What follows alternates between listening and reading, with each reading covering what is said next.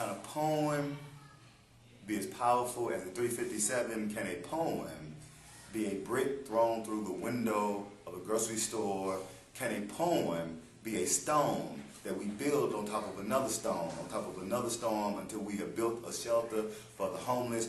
Poems are flowers springing ideas into life, and poets are the bees of revolution. Y'all still having a good time? Yeah. All right, all right.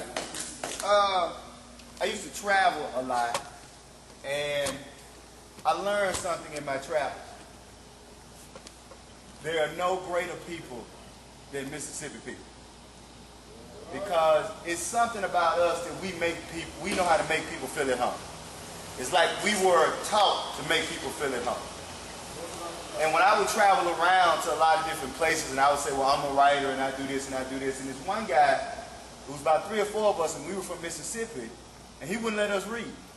He literally wouldn't let us read. And I asked him, I said, well, why are you not going to let us read? And he actually said to me, he said, well, whenever I meet somebody from Mississippi, I always drop their IQ by 10 points. I wrote 2 poems behind that. One of them I ain't going to read because I don't use that language no more. So I ain't going to read that one. My name is Liegh McInnis. I am a writer, a poet, a fiction writer, and I also teach creative writing at Jackson State University.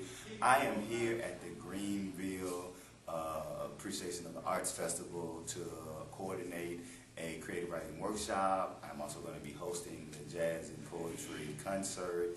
And I'm here because this is a great program to nurture young children, to teach them why art is important, that art is in every aspect of their lives, and more importantly, that creative thinking is critical thinking. So that when you nurture a young person creatively, you're also nurturing them critically, because the one thing about the arts is that the arts causes us to have to use both our left and our right brain. Because though the right brain may be the one with all of the creative ideas and the colors and the sounds, the left brain, the critical, develops the formula of how to navigate all of that. So you need both your left and right brain areas to really be a creative person. So that's why I'm here, because the goal is to teach young people to use every aspect of their brain, and nothing does that better than the arts. What is it to be Mississippi? When Main Street crossed Capitol Fields and Cotton Fields jump down and get down, and Margaret Jubilees jam with your doors festivals, and even when there are college cuts, controversy, and the Klan, with plenty of revolution, religion, and red ripe tomatoes, and Rebel Ruby's racist flag. See, all of this is undeniably my Mississippi.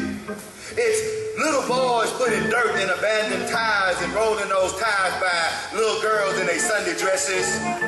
It's hanging out at Big Sam's Juke Joint on Saturday night and juking the sign me up on Sunday morning. It's picking wild berries and stealing plums. It's mowing everybody's yard because your grandmama said so.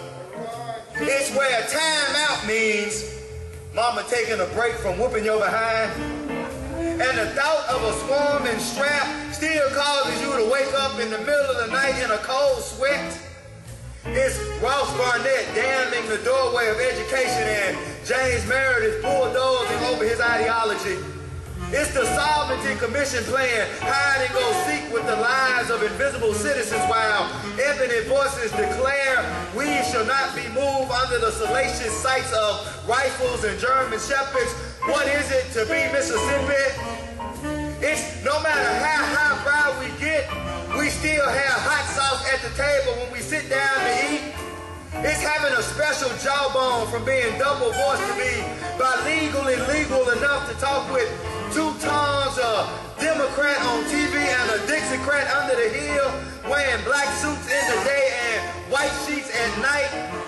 What is it to be Mississippi? It's cinnamon and coffee leaves hanging from faded olive trees, a warm Thanksgiving and a cool Christmas where rain takes the place of snow, and a brief frost can close the school quicker than the notion of ending the segregation.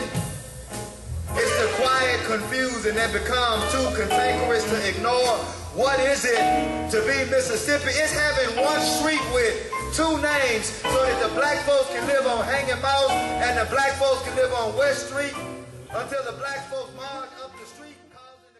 Thank you guys for watching the documentary, and we hope that you've learned something, and more importantly, we hope that you've gotten something that you can manifest into your life to make the world better, because we're only here to make the world better than what it was before we arrived.